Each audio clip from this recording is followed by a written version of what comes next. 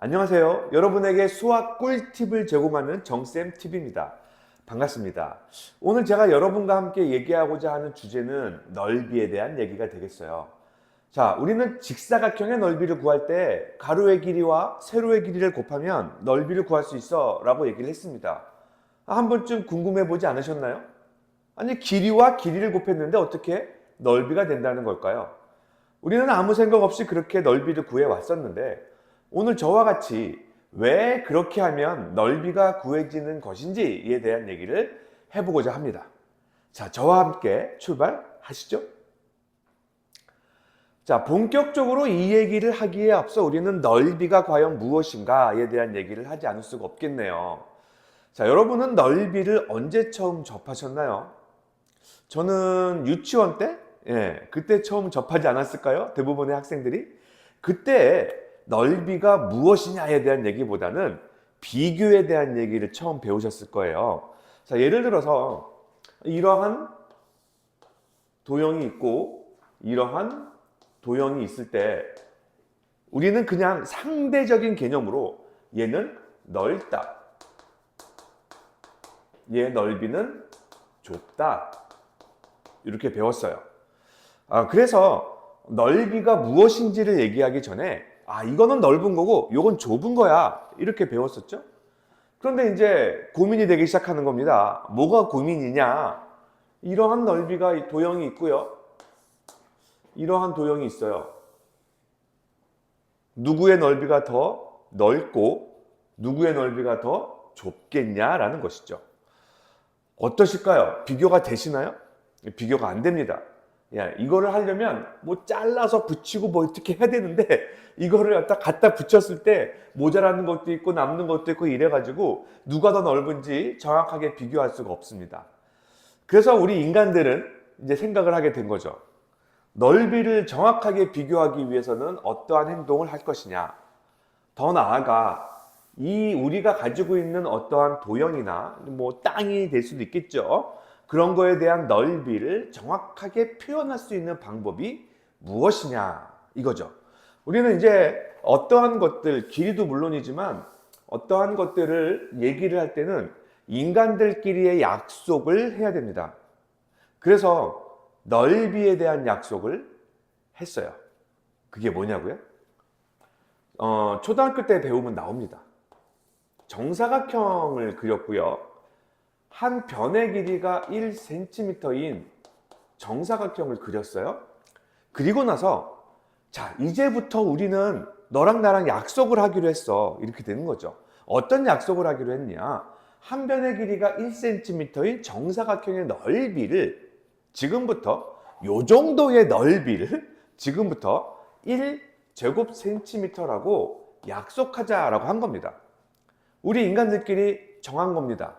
한 변의 길이가 1cm인 정사각형의 넓이가 1제곱cm라고요. 자, 그러면 이제부터 1제곱cm인 이 정사각형이 두 개가 모이면 2제곱cm야. 1제곱cm가 두 개니까 2제곱cm야. 이렇게 되는 거죠. 이 정사각형의 넓이를 절반으로 쪼개면 그러면 1의 절반이니까 2분의 1 제곱cm 또는 0.5 제곱cm 이렇게 얘기할 수가 있게 되었어요. 자, 그런데 직사각형을 이제 하나 그려볼 거라는 얘기죠. 직사각형을 그렸습니다. 그리고 가로의 길이가 5cm라고 할게요. 세로의 길이는 4cm라고 할게요. 이러한 직사각형의 넓이는 뭐지? 라고 얘기를 하면 우리는 요거를 알고 있다면 이렇게 얘기를 하는 거죠. 한 변의 길이가 1cm인 정사각형이 이 직사각형 안에 몇 개 들어가 있느냐로 얘기를 해야 되는 겁니다. 그래서 여기에 5cm니까 5cm에 1cm인 정사각형이 몇 개 들어갈 수 있겠냐? 정확하게 5개가 들어갈 수 있어요. 여기 약간 좀 이상하지만 그런 대로 봐주시고 5개가 들어갈 수 있죠. 그 다음에 세로로는 몇 개가 들어갈 수 있을까요? 4개가 들어갈 수 있습니다. 그러면 1제곱cm인 이 정사각형이 몇 개가 들어가면 꽉 채워집니까? 5개씩 하나, 둘, 셋, 4줄이죠. 5개씩 4줄이니까 20개가 들어가는 거예요. 20개가 들어가니까 1제곱센티미터가 20개에 해당하는 넓이다. 그래서 20제곱센티미터가 되겠습니다.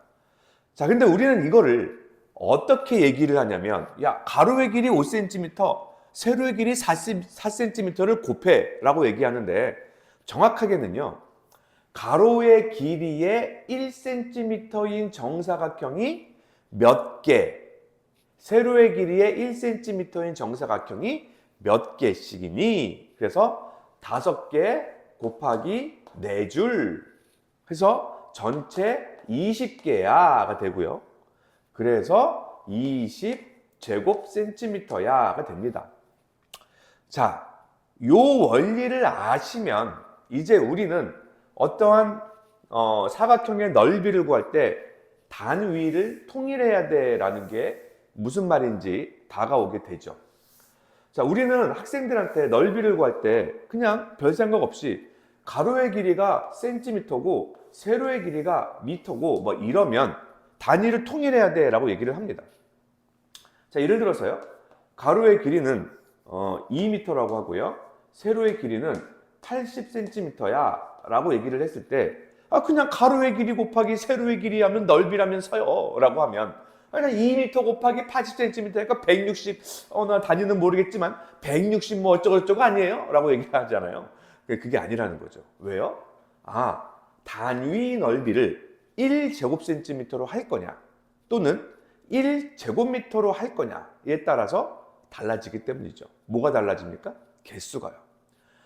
단위 길이가 1m, 한 변의 길이를 1m로 하는 정사각형의 넓이를 우리는 또 1제곱미터야 라고 정했기 때문에 요거를 1제곱미터로 표현하겠다라고 하면 이 80cm를 0.8m로 바꿔주셔야 되는 것이고, 그 다음에 단위 넓이를 1제곱센티미터로 한다면 1제곱센티미터가 몇 개 들어가냐를 얘기를 해야 되기 때문에 2m를 200cm로 바꾸어서 얘기를 해야 되는 것입니다.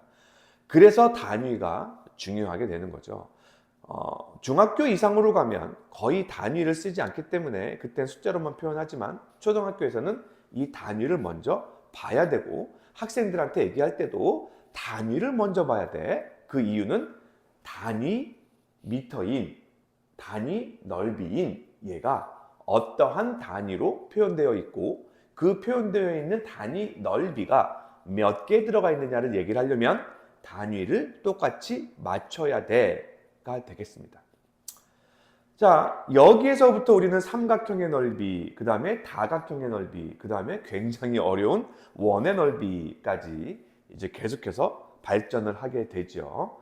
사실 다각형의 넓이는 삼각형의 넓이를 가지고 얘기할 수 있기 때문에 삼각형의 넓이는 잘 아시겠지만 직사각형의 넓이를 정확하게 절반으로 쪼갠 부분이 삼각형의 넓이이기 때문에 직사각형의 넓이를 반으로 나누면 삼각형의 넓이가 되고, 그래서 삼각형의 넓이가 밑변 곱하기 높이 나누기 2야 라고 하게 되는 것입니다.